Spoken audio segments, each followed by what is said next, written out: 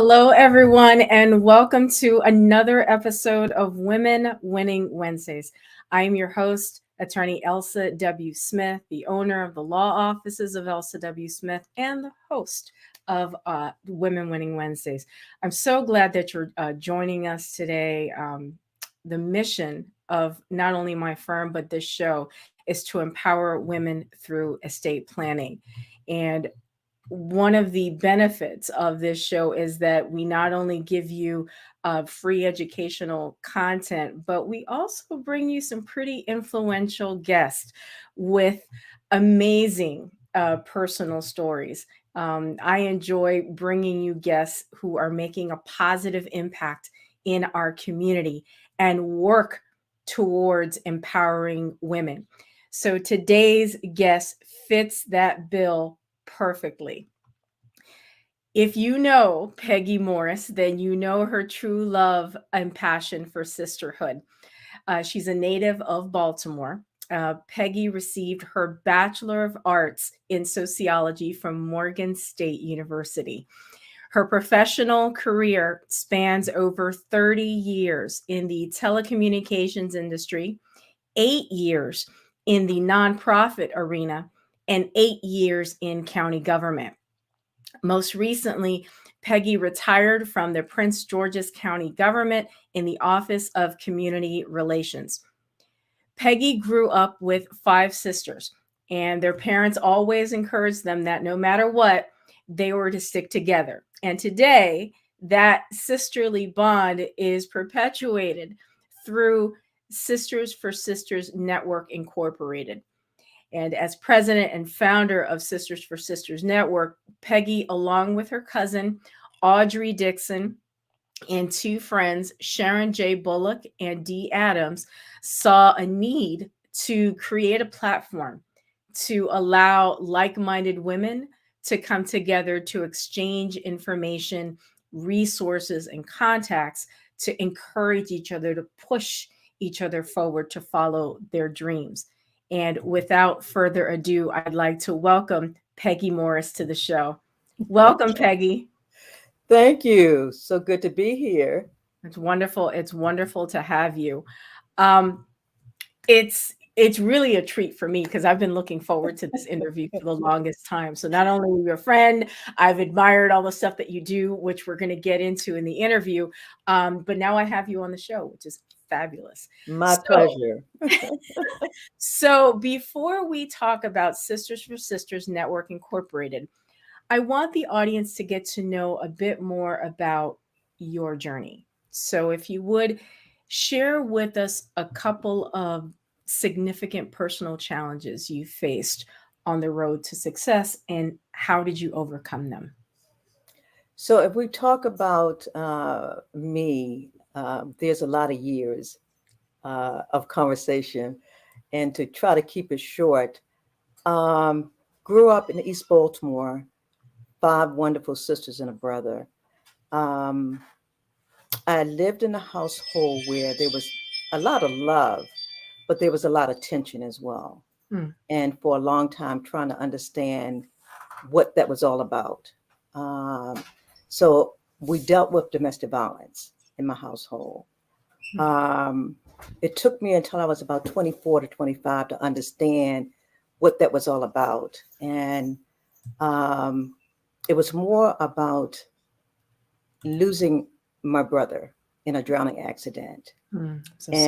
And for some, through the process, my father had a tendency to remind my mother because she was totally responsible for my brother, not only my brother, but my cousin. They both drowned. I'm sorry. And my father had a tendency to remind my mother about that. So that was the tension that was going on. And I had to live with that. As I grew older, I truly understood what that was about. I realized that my father was dealing with mental illness.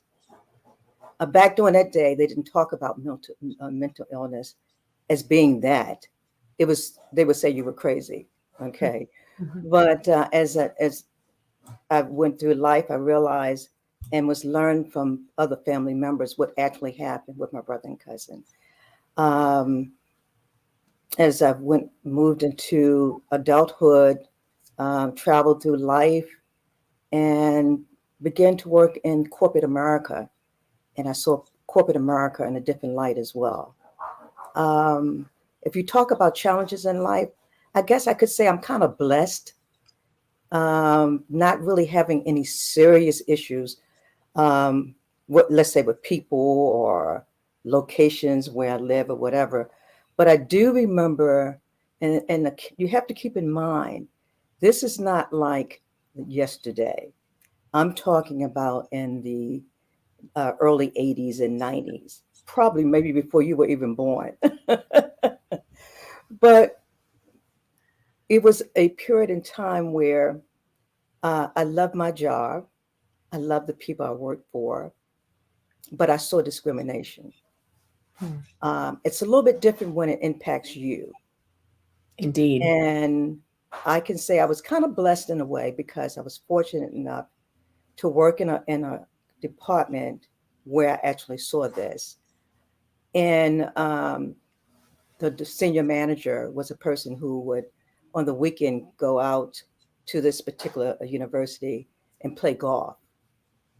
So if you're not smart enough and not to know, that's where a lot of business take place on the golf course. I would see on Monday mornings a lot of people coming in for jobs.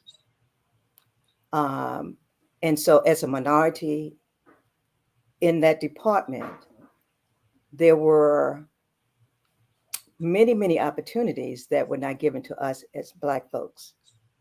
But the folks that came in from the outside, that came in that were not qualified, did not have a degree, Mm. got the opportunity to get the interview, got a job offer, and that was at work that Monday morning. Hmm. So again, I saw that and I was blessed to be able to work around that because um, I was determined that I was going to make known that I saw what was happening and I voiced my opinion. Um, Again, I was blessed because when you know your truth and you know that it wasn't right, and you saw it go past you day in and day out, you either sit there and accept it or do nothing about it or open your mouth and make statement. And so I look back and that was, oh God, about 30 some years ago. Would you And say, Peggy, that part of, I mean, because we could, spend like the entire half hour just talking about that because and yeah, that whole experience. And would you agree that, it's not easy to watch that day in and day out? How did you where did you get that fortitude to either, say something because you're in an employment yeah. situation, right? I'm so glad you asked that question because I am normally a person that an introvert, okay? Hmm. Not one that would try to push if I saw something. I might hold it in, but I got enough nerve. I just, after a period of time, you see it and you said, something has to be said. And I got the courage. I don't know where it came from, but it was perfect timing that it did. And I guess I was blessed in so many ways because um, it pays to speak up. And I'm so glad as I look back and I say, my goodness, what happened? What would have happened if I had not said a word? Right. Right. What would have happened if it continued on? And I sit back and I said, and when it happened and when I spoke up, trust me, my knees were knocking. But what they say to you, don't let them see you sweat. That's right. That's right. Peggy, you are, and there's so many people who are watching who know of you and know of your work and the impact that you've had in our community. When did you realize that you were meant to lead? That's a good one. I can remember, as I mentioned, I grew up with five sisters and a brother, and I was always in charge. I was the lead. I was in charge, and I remember I have a sister that what we would do would put on fashion shows, Oh, and my sister would make all the clothing. And I had one sister who made all the jewelry, and I had another sister who was a hairstylist. And so we put all that together. And I was the person that was responsible for putting the program together, all the marketing, all of the communication. I see that now, but back during that time, all I was saying, it has to be done. And if it has to take me to do it, I will do it. And so I think that was my first choice of seeing that happen. Not until later on in life when I stood up and realized that I wanted to see more out of women. And I stood up and I said, we have to do something about it, is when I really saw leadership in me because I didn't see myself as a leader. wow. Wow. Yeah, and isn't that so common, particularly with women? We do, but we don't want to see ourselves in that leadership and that dominant role. Um, so how interesting. Again, another topic that we could spend and hours on. Yeah. Um, I want to now talk about Sisters for Sisters Network Incorporated. Tell us all, educate us all about what the network is, and tell us how it came to be. It came to being in the same company that I was just talking about. Um, if that company had not folded, I think I would not be where I've been and what I'm doing today. So sometimes, and let me give you just a little bit of history. I worked for a telecommunication company back in the 80s and 90s and up to 2000. Loved the company. It was a company that was growing, that was doing well, telecommunications. And if you remember the days of MCI and MCI Sure, telecommunications, sure, um, wonderful experience. It was a period in time where the company was sold to another gentleman. And I always joke about when I worked for MCI, they treated their employees well. They invested in their people. Um, but when it was moved over and sold to another gentleman, I always joke about. I remember we would go to training and stayed at the best hotels, Ritz Carlton, and da da da da da. And then when it was trans and sold to this other gentleman, you're lucky if you stayed at Motel 6 to give you the balance in the two, right? And as time went on, the gentleman that took over ownership and bought the company was eventually sent to prison for I call it cooking the books, as if you understand what I'm saying. Give you a good example. Let's say that the stock for the company, because the stock was doing so well, it went up like $120 per share and went way beyond that. But let's say the stock was worth $100, and the president said, "Oh, it's worth 175."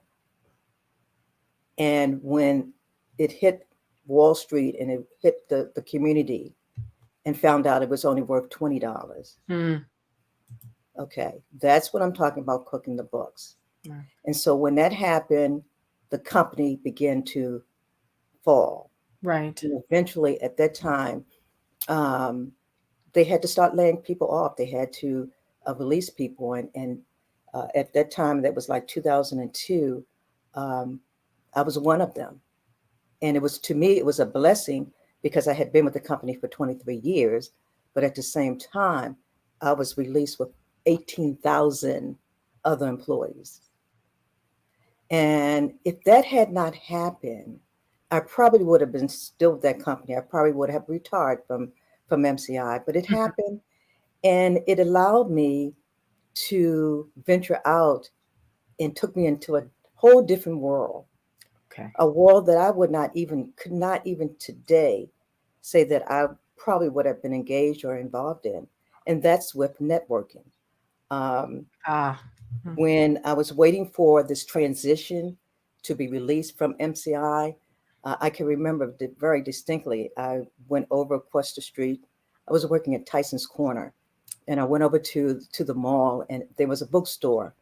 And I walked in, and there was a book on the shelf that says, "A setback is a setup for a comeback." Dr. Willie Jolly.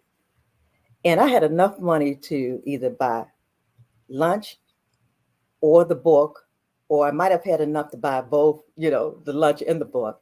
And it worked out so well, I did. I bought the book and I sat there and I started reading the book. And I said, wow, this is just on time, so refreshing. And luckily enough, I found out that he was doing a workshop in downtown DC. And I decided, hey, I got plenty of time on my hand. I'm going to do this because I felt that despite whatever was going on in my life and transitioning from a job to job, you still have to grow. You Right. still have to do some things to make it happen. And so I saw an opportunity and I said, why not? So I went to his workshop. And as soon as I walked into the door and into the room, who did I see? I saw Sharon Bullock. And I always laugh and joke about that. Sharon and I were at Morgan State together. Now, look at this as 25 years Wow. Wow. since the last time I saw her. She didn't know me, but I remembered her. That's how she stood out among the campus.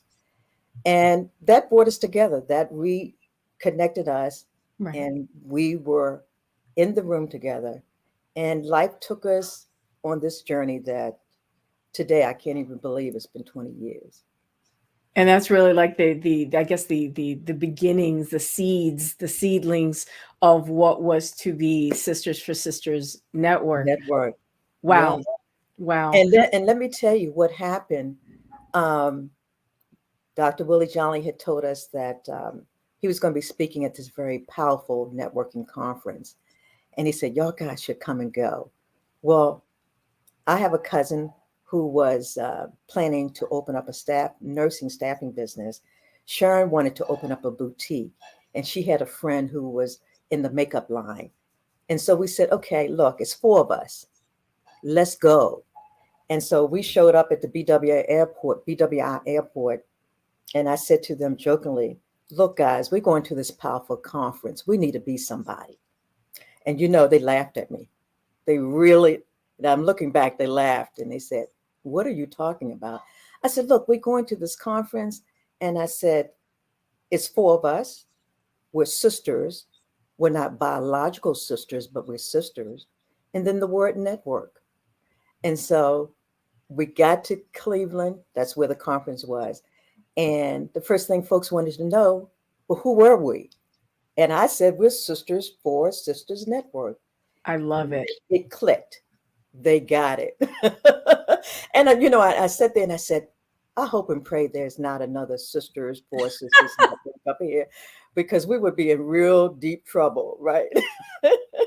So we made it. And we left that conference inspired, motivated, encouraged. And I'm like saying, but what do we do with this? Right. What do we do with it? And so we came back home and we said, we have it.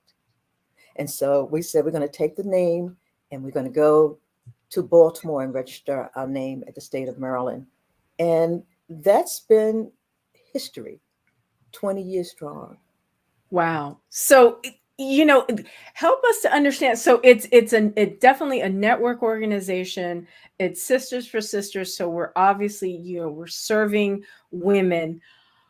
What are the areas, the particular areas of of focus that Sisters for Sisters has? I believe you call them pillars. Yeah.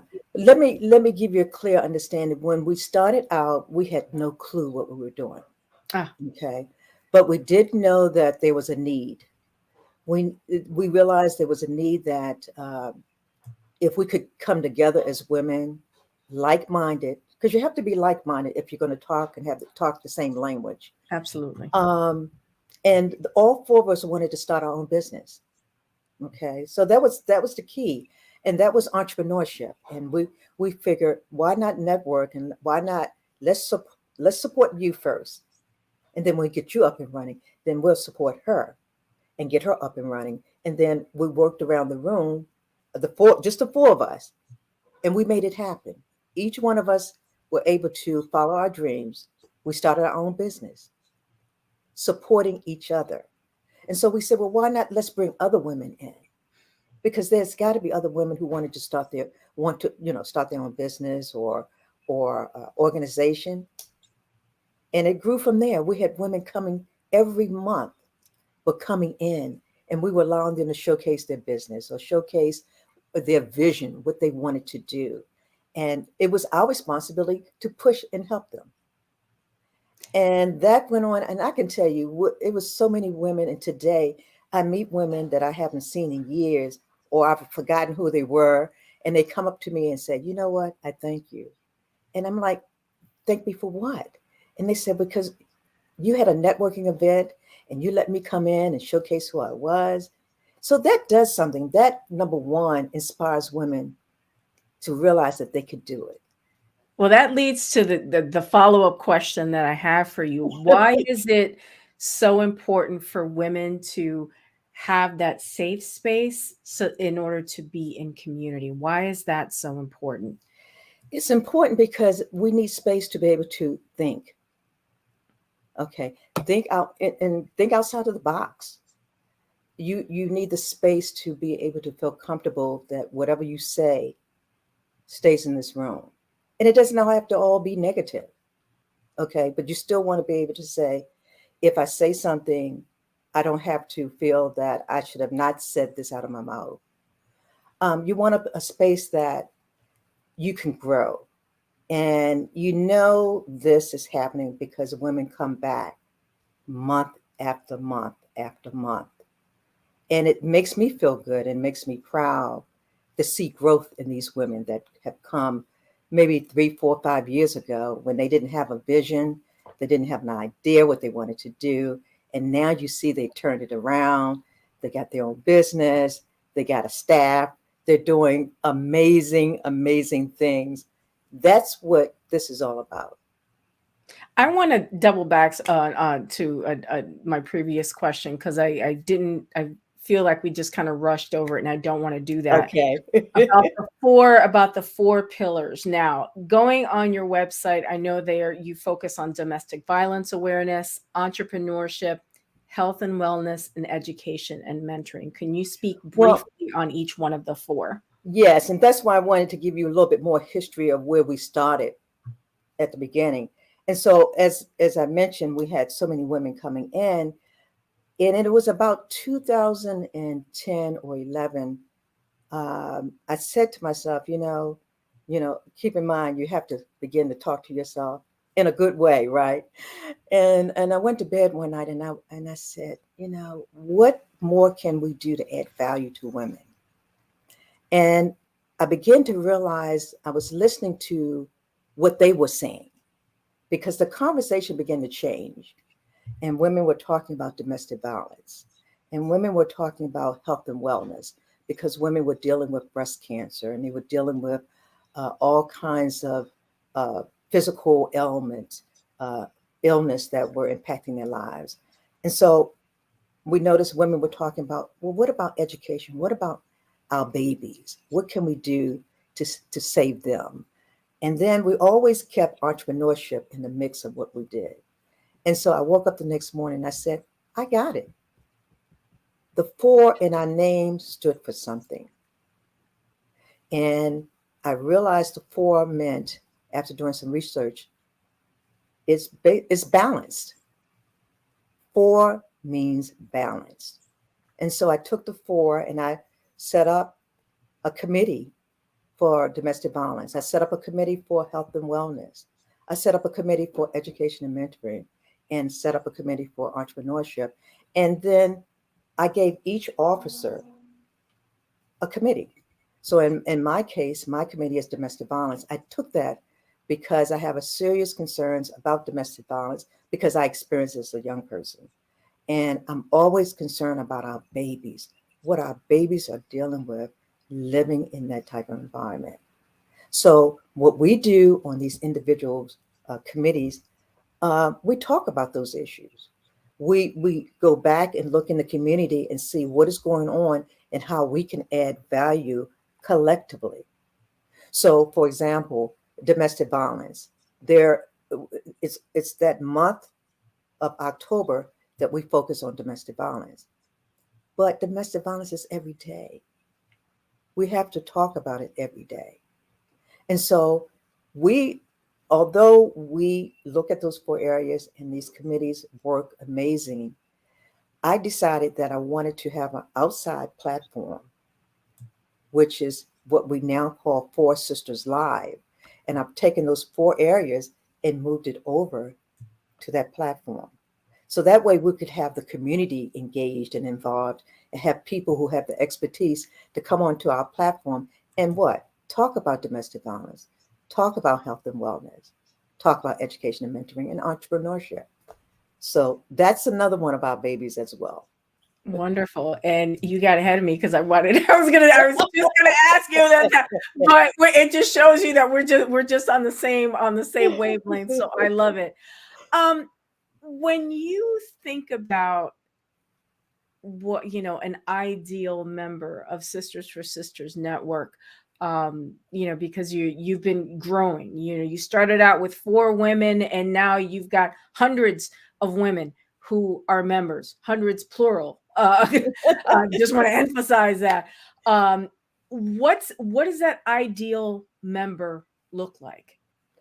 What are the qualities? I'm so glad you asked, because one of the things that I make it a point is that I don't want women coming to the organization with expectation of something else.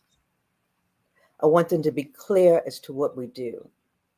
So I always sit down and have a conversation or plan out that we have a conversation, because when you come to the organization, I want them to have a clear understanding that you must have a desire to serve. That's very important. If you do not think that way, then this is not the organization for you. Okay. We want you to come in because one thing we're going to do, we're going to add value to what you're doing. That is key. And I want to know, what are you doing? What is it that we can add value to what you're doing? That's the key.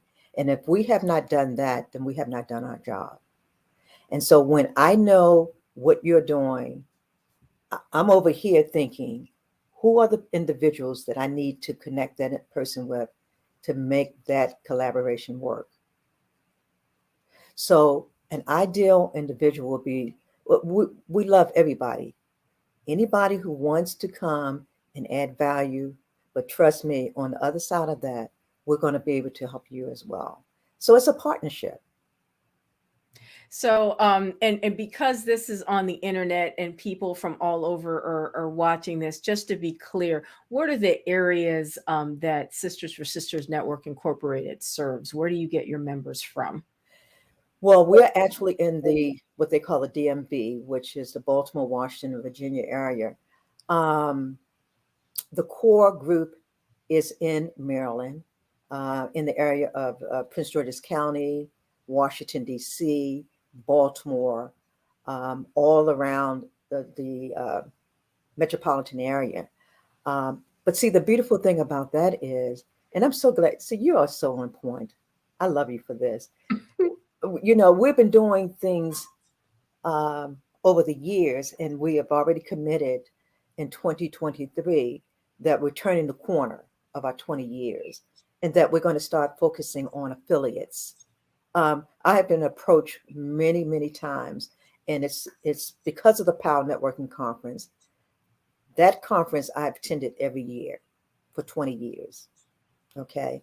And so when I attend that conference, it's like a family reunion.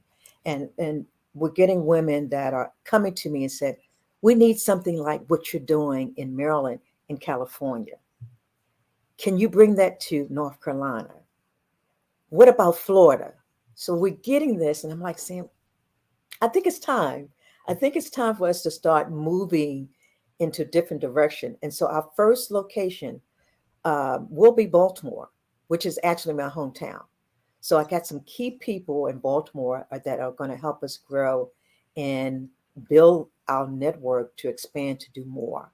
And see, the whole key is that we want women to win. That's all. We want you to win. Because see, when you win, that impacts your family. Yes.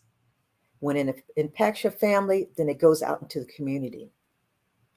So So we've really gotten a little peek, if you will, as to the next iteration, the next chapter in the yes, growth of Sisters for Sisters Network. you So you got heard it here first, folks. Wow, so much good work and what a good environment for women. I love everything it is. about Sisters for Sisters Network, just from talking to you and just what I've learned online. Um, so you talked to us about the live show, so we know that, and it's just to be clear, that's every it's on Saturdays. Yeah, it's every Saturday and from 12 to 1. And you can go to Facebook and just search for number 4 Uh-huh. Sisters Live. And that's all you have to do. And all you do is click on and we're on. That's awesome. That's awesome. Peggy, you know, we've talked about the work that you do, and I know Sisters for Sisters Network Incorporated is such a big part of what you do. Um, and you know what I do as an estate planner, we help people create legacies. You know, Yes. what do you want your legacy to be? You know what? That's what I've been building. I didn't realize till most recently that building this organization after 20 years is my legacy. The first year, the fifth year, the 10th year, and the 15th. And if you're constantly doing it and you're doing it well, then you're building a legacy.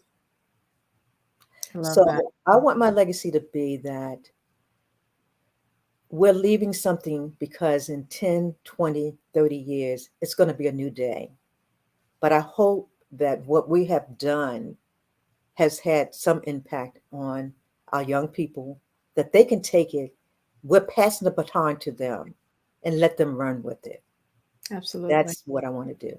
I love that. And I'm going to put Sisters for Sisters information on the screen for those who would like to get connected with Sisters for Sisters Network Incorporated, reach out to you, see how they can get involved, see how they can serve and help grow the organization. Peggy, I understand that you have a 20th anniversary celebration coming up. So please share with us what that's about. Wow. And, I'm still pinching myself because I cannot believe it's been 20 years.